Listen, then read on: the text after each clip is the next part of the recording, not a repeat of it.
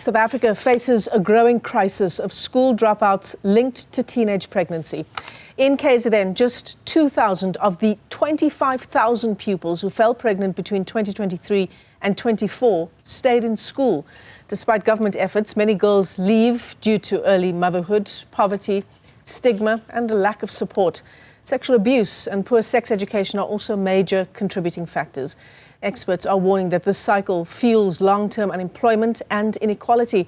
Let's unpack the story. We're joined this morning by Dr. Lesley Foster. She's the founder of the Masimanyane Women's Rights International, and Petros Majola, who's an activist and director of the Kula Community Project in the Eastern Cape, the Community Development Project. To both of our guests, thanks very much indeed for joining in. And before we get to our discussion, I want to just give you a reminder of our poll question today. We are also asking you to weigh in on this issue. What do you think is the main cause of this rise in teenage pregnancy? We've got three options for you to vote on there. Is it a lack of sex education, peer pressure?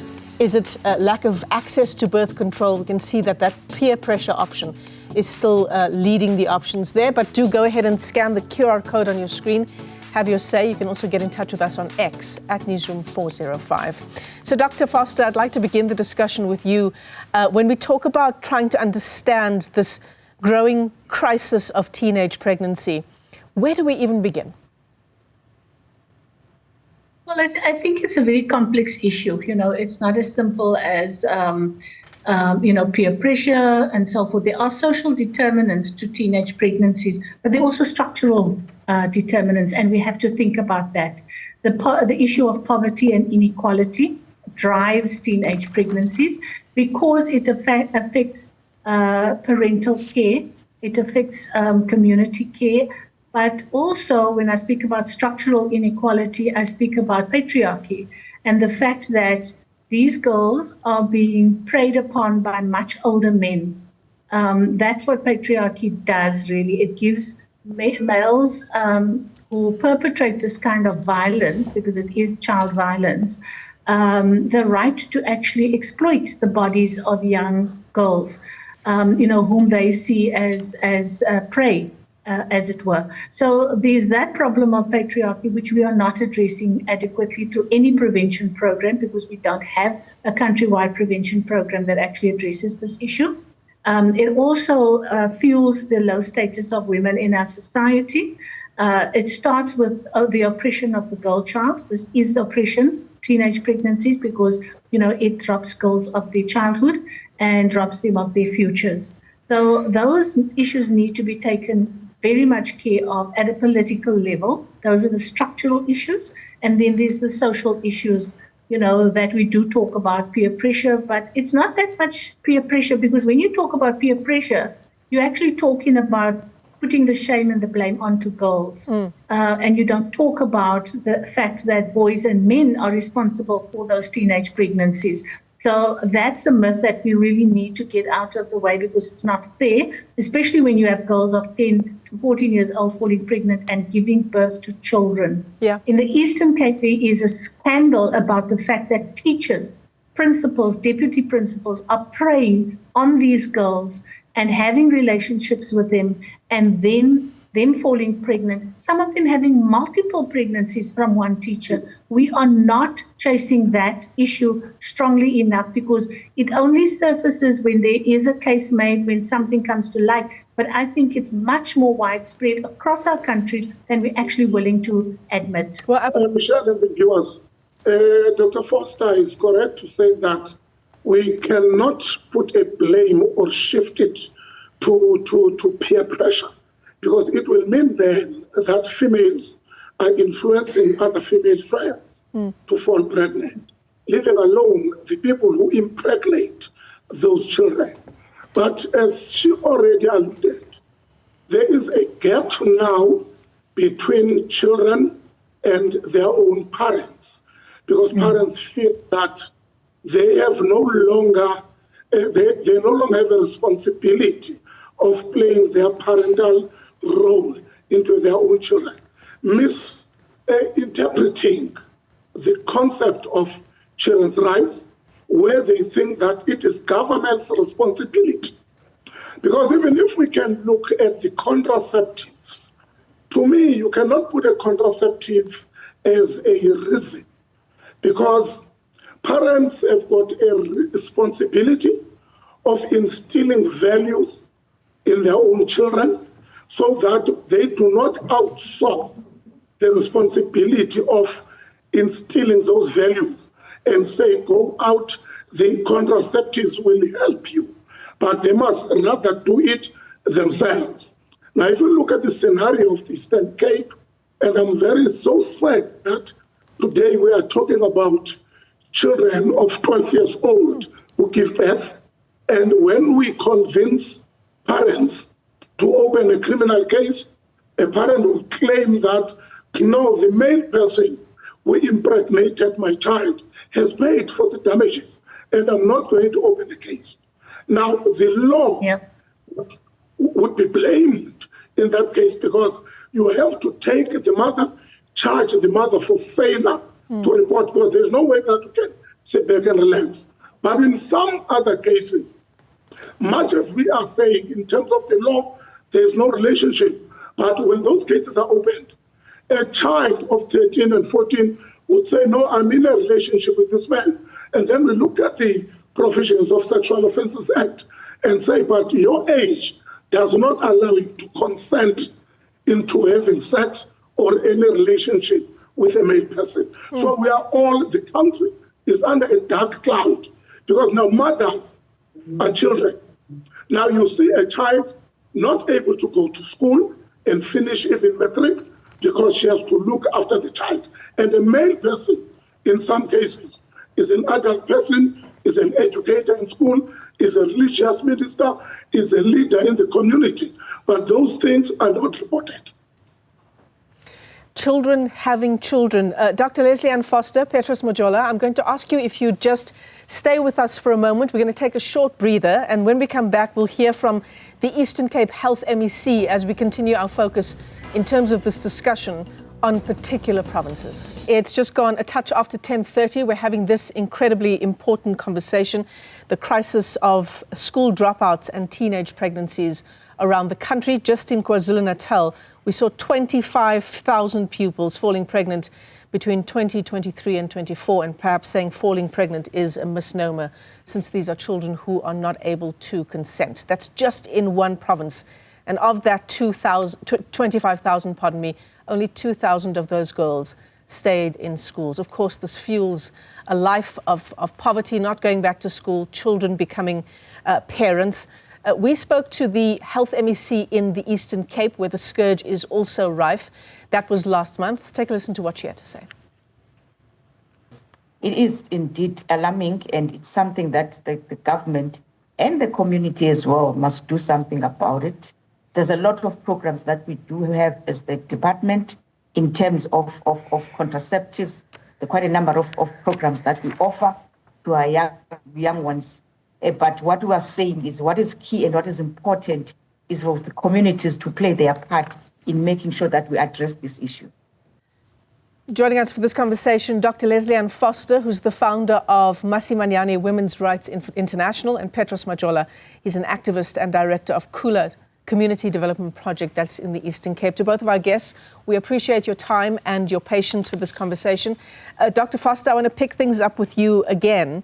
And we hear from the Eastern Cape Health MEC there, right? And we hear the same kind of talk from a number of government officials. They talk about things like programs, youth zones, making it easier for young women and girls to access birth control. And you did say at the start of the discussion, Dr. Foster, that it is a complicated issue, that it is not just, there's not just one way of coming at it. What's your take on the issue of sex education, access to birth control, and these youth zones in hospitals? Those small initiatives, and I call them small because they are sporadic. They in zones that in places that people not necessarily access. Sex education is crucial because we find when we do work with young women that they're not aware of their bodies. So that's an important part of the work. They need to know that. They need to understand how to protect themselves. But again, not putting the blame onto them, but part of it is having that education is a form, of protection. Talking about contraception, no 10, 12, 14-year-old girl is thinking about having contraceptives when she is being molested, because this is molestation. One of the things that we're not doing is recognizing that teenage pregnancies is a form of gender-based violence, because it is perpetrated in most instances on girls as an unwanted experience. So that's very important to know. And we don't even talk about the fact that if she's 10 or 12 or 14 years old, that's rape. Mm-hmm. That's child rape. So we have not got conceptual clarity yet. There's a fear around that, because then you shift the blame for, these pregnancies away from the girls and onto the perpetrators of this violence. So those are important things to say.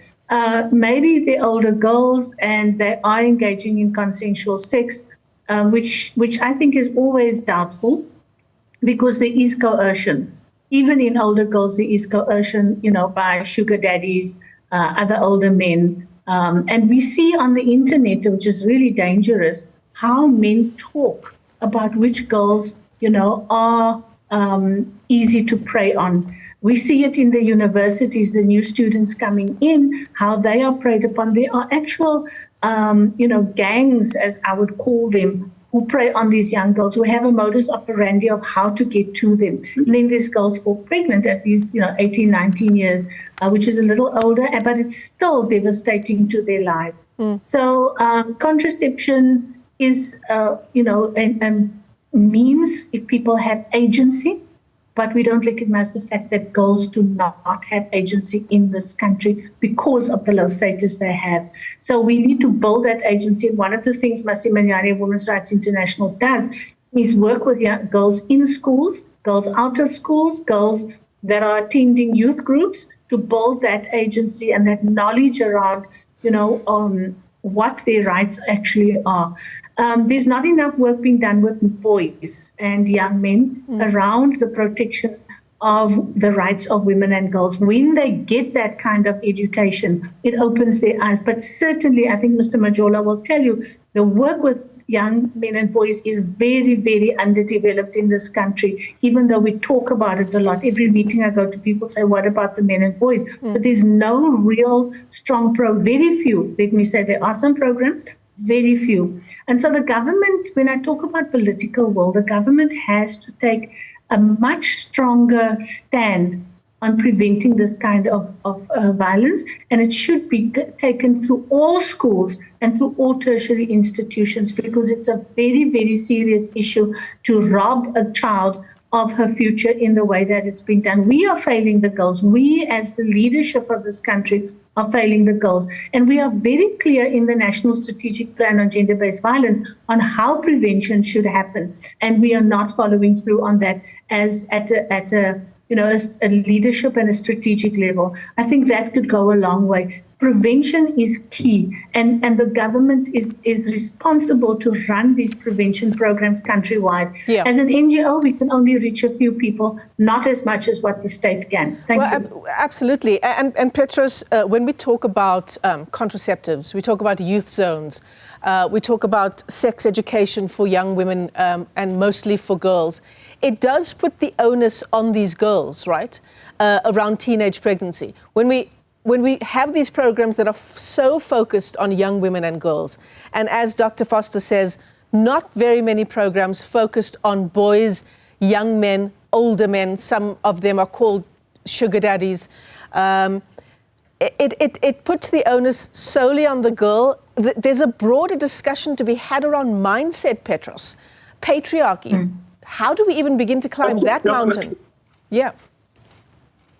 Definitely, as Dr. Foster says, when a girl falls pregnant, all eyes look at that child, not even thinking of who impregnated the child. She carries the stigma, she walks away with the stigma, she walks away with any kind of abuse and exploitation. There are not many programs focusing on a boy child. Even the programs that talk to men, you will find that It's an organized men's conference where people are selling tickets for 300 rand, 500 rand. Is a kind of a fundraising type of a gathering, which is meant for those who have got cash to buy a ticket. But to call on those who have totally nothing but a brain and ears to listen, very few programs on that.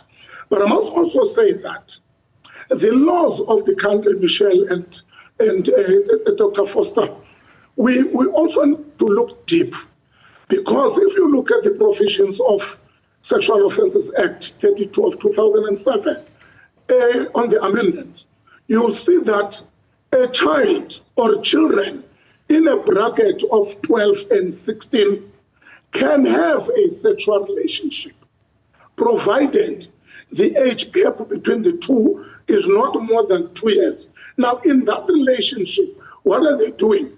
Don't think that they go into a bedroom and open the Bible and sing a song and pray. They are having sex. Are they empowered enough to understand the implications of going in there before the law had given them a license to say in a bracket of 12 and 16, you can be in a relationship provided the gap in terms of the age is not more than 2 years? Were they properly educated? Then we do go to rural schools. The situation is bad. But that's why children will even say, no, there's a competition here. You are referred to as a failure if you don't have a child. And now at the age of 12, 13, a child wants to have a child because other children who have got children are putting the blame on this one that you are a failure. Maybe you are not even productive. Go and test. You are not fertile. And then that child will fall pregnant just to prove a point to the colleagues. Yeah, it's incredibly disturbing. Final comments from you, Dr. Foster, on a way forward. It's difficult to see, especially, I mean, given these numbers, 25,000 young women, most of them girls, falling pregnant in one province in the space of 1 year. Yeah, I think we need a comprehensive and holistic response to this, which should come from the state. The state should be running programs, particularly on social media, where children, are investing their time all the time. But the messaging needs to go out that, falling pregnant is not an acceptable way of living a young life. We have to talk about how our prevention programs need to be focused on building agency and on the protection of the rights of children, because we have an obligation as a state, as citizens, as leadership, to bring out that element of prevention very strongly. And our government departments can all play a role in this, not just DSD doing something on the 16 days of activism. We need to move away from, events to actual structured campaigns running across an entire year. We can change the mindsets of people. We can change social norms with the right political will and the resources that is needed to bring about such campaigns. Petros, your final comments. I mean, I want to say that the message can also be to young women and girls that falling pregnant at a young age does not have to mean the end of your education, your life, possibly your career. But I suppose in many communities that is easier said than done, Petros. Yeah, thank you so much. And that's what we always say when we go to schools to talk to kids, because some of them are even writing matric this year, but they have children. But they came back because that was not the end of the road. But all that we want to say now is to invite parents to work with us, Kula Development, Masmanyane, and other institutions or organizations that advocate for children's rights and GBV, so that we work together. Parents should not remain at home. That is why we are saying when we go to schools, parents must also be invited so that we can work together and change the situation. There's no way that a country can have a mother who's 12 years old, and we think that in 10 to 20 years to come, we'll still have a decent South Africa. So let us work together. Let us make sure that we protect our children. But at the same time, all I'm saying to children is that first things first. Once you are done with the schooling, you go to university, you complete your studies, you get a decent job, then you can think of having a child so that you know that you've got means of looking after your own children. And sex should perhaps be something to be considered when one can deal with any possible consequences coming out of a relationship. Dr. Lesley Ann Foster, let me thank you for your time. Petros Majola is an activist and director of Kula Community Development Project in the Eastern Cape.